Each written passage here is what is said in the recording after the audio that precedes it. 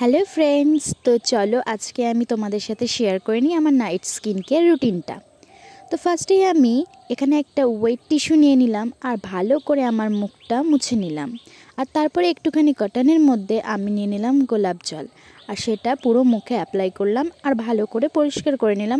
আর তারপর গোলাপ জল দিয়ে পুরো মুখটা পরিষ্কার করা হয়ে গেলে আমি এখানে ওয়েট করব একটুখানি সময়, মিনিমাম 5 মিনিট মতন আমি ওয়েট করব। আর তারপরে পুরো ফেসে আমি অ্যাপ্লাই করব একটি ক্রিম।